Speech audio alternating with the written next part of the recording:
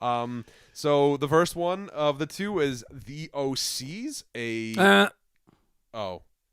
Osees. Osees. Oh, is it Osees now? It's not the Osees? It's just O, capital O, lowercase S-E-E-S. Oh, I think you're right. If you look at their discography, it's so confusing. On streaming, though, it'll have their album and it'll be listed to like 5 different artists because it gets. But it is Osees. Osees, formerly known as the Osees. Formerly known as the Osees.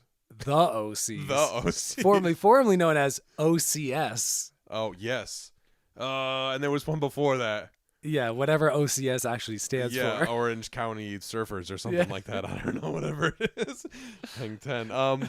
So A Foul Form is the latest record. We're going to, I think Luke is going to do, since he's like trapped in the dungeon, he's going to do A Foul Form, like full album breakdown and probably upload that to our YouTube channel. And Luke is its own thing. He is the OC's guy. He's the OC's OG. You could say he has OCD. Yes. Yeah, it's a real problem. ADHOC.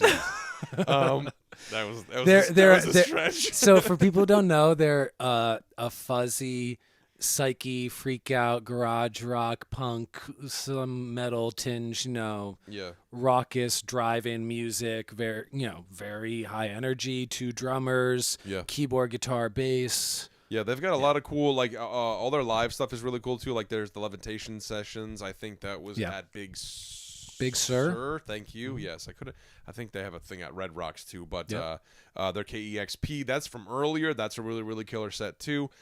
So what we get from the Osees on this album is more so something that's like lo-fi. I heard it likened to kind of like the early 80s hardcore kind of vibe.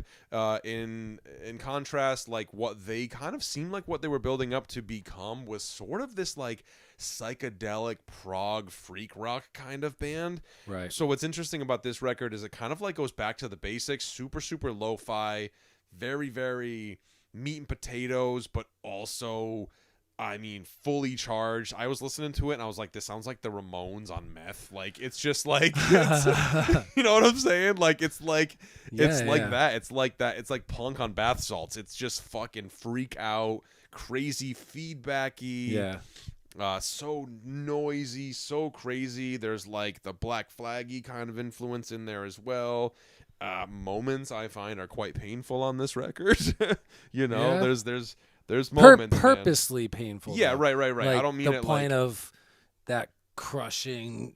Yeah, it's very stuff. much intentional. It's 10 songs. I think the album's less than 22 minutes long. Yeah, it's 21 minutes and 58 seconds. Yeah. And it's like, I think 3 of the 10 songs are 3 to 3.5 minutes long, and then the other 7 songs are between like a minute and 10 seconds and a minute and a half. Yeah, super short. So it's very much like how Black Flag and other Minor Threat and Fugazi and the bands from the early 80s. Yeah. Short, kick it in your throat, and then go to the next song. Yeah, so Funeral Solution was the single that was dropped that had an accompanying video. I think Luke and I did talk about that at one point. I don't know, maybe a couple weeks ago. Well, when it came out, that would have been.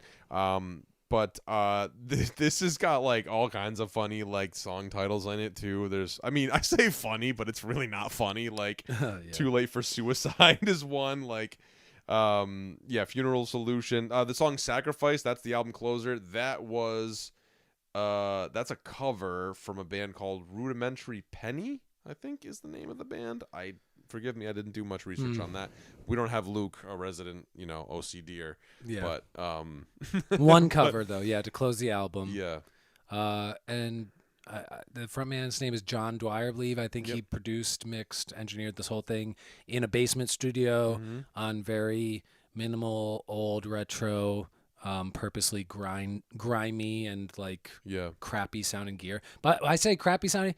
It's still cool sounding record though. Yeah. It doesn't sound like they didn't intend it to sound this way. Right. It's just that like the shit that's fuzzy or spiked or like harsh is purposely to be that way.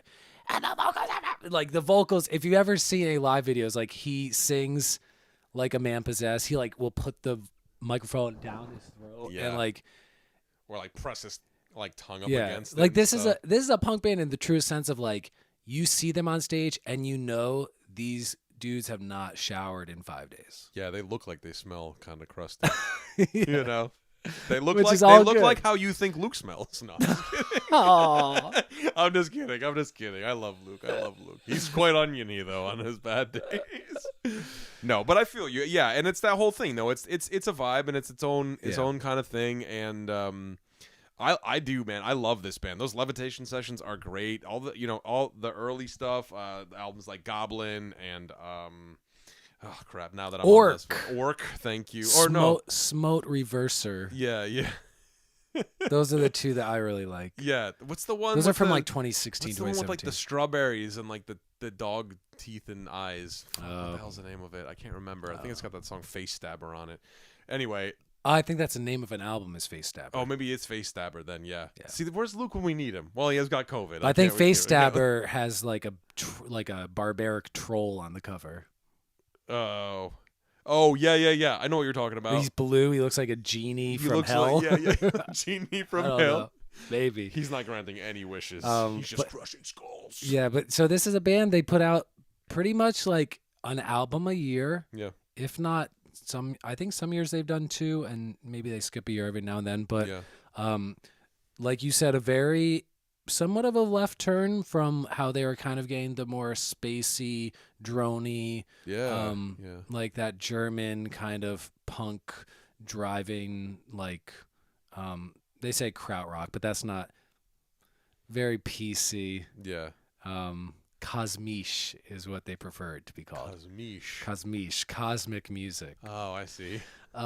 Things like Noi and Kraftwerk and stuff like that. They were getting more into that droniness, that double drums, but the drums are both exactly doing the same thing. Mm-hmm. And yet this is like, I was not expecting this at all. When you said, or Luke or whoever suggests that we listen to this, I was like, because sometimes the 6-minute metal drum, get the little exhausting for me. And then I put on this album like, this thing's done before I even have a chance to pay attention. Yeah. To be fair, and also in Jeff's defense, like the album that came out before this, it was called Metamorphosed or something like that. That record was like I think close to an hour long and like 5 songs. Yeah. You know what I mean? So you had songs on there that were like 14 minutes long, 20. So it's it's an understandable sort of like going into it because it's not for the faint of heart. Like it challenges the palate, man. It's but it's cool because they're a band that kind of is always like changing and doing different stuff, even though they always kind of sound like themselves. Yes. But this record, I was complete, out of the blue for me too, man. I did not anticipate that there was going to be like this. Did you have any favorite songs that you particularly noted? I wrote down a couple that I enjoyed. Yeah, I mean, I like Funeral Solution. That was the single. I thought that was really cool, and the accompanying music video to that was like pretty dope. I do like Too Late for Suicide. Me too. There's like that, like the siren sort of thing that he does with the guitars, and like these kind of like stabby sort of like. It reminded me of what Idols is doing in a lot of their music. I don't know okay. if you listen to them, but they're worth checking out as well. I like the title track. Yeah. Foul Form. Yeah. I liked the song Fucking Kill Me. Yeah, like that was a good song too. I just like the the musical palette, like what they were going for. Yeah. Like most of these reviews, it takes me 2 weeks to even dig into lyrical content and all that. Yeah. But the vocal delivery and the music and like the tones and instrumentation, I really enjoyed. Yeah. Yeah. And if it's too brutal for you, skip that song. And maybe the next minute and a half song will catch you. And if it's too much for you overall, it's like, all right, well, it's 22 minutes. Yeah, I think the only song that I think it was called A Bird Ensnared. That's I can't read my own handwriting. I record on my phone, so I have to write notes. Ensnared. A Bird Ensnared. Thank you.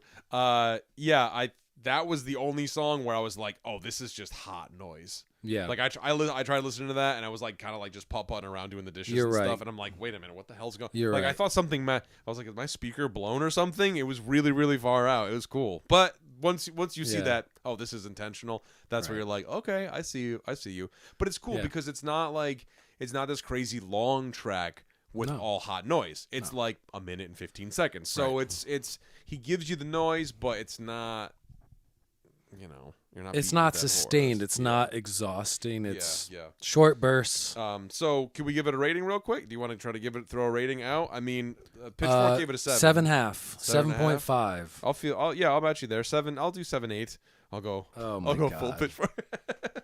No, it's for me. I personally like the long, drawn out, jammy thing that Me the too. Osees were More. going for. That was much more my speed. So this was a bit jarring for me. 7, 8. If this 7.5. album was even like 7 minutes longer, it would have been much. I would have enjoyed it much less. But the Right. fact that I knew it's going to pummel you in a certain zone for a minute and a half, I enjoyed that. Yeah, right. It's when you're like, all right, it's been 2 minutes already. When's the song over? You look at your phone and you go, oh my God, there's 45 seconds left in the song. That can get a little bit much. So this was good. Right on. So there you have it. What do you guys think? What does Luke think? I don't know. We're gonna find out. Stick around to What do we guess hear. Luke thinks for a rating? Let's jump to the end. He loves his band. So does that mean he loves he his band? loves this style of punk shit too? Yeah, that's what I mean. He loves he's those minute and a half songs. He's a crusty fellow. This is so a I don't know. This is a yeah. 9. He's saying 9. You say he's gonna give it a 9? He loves this is a band for him that he won't give less than an 8. Yeah, maybe. Out of how much he loves his band, Which I understand. There are bands like that. I feel that way too. What did he give Journey? Do we know? 6.5, maybe. 6.5. I don't know. Just out of curiosity. Anyway, we'll have to look back. We do need to move on, but yeah, I don't know. Maybe I'll say yeah. I'm saying he loves this band and he loves homages to minute and a half long hardcore early days punk he's a stuff. Black Flag He guy. loves, he's a Misfits guy. He's a. Does this sound like it was recorded on a $50 piece of shit record? He loves cassette fidelity stuff. Yeah, that's true.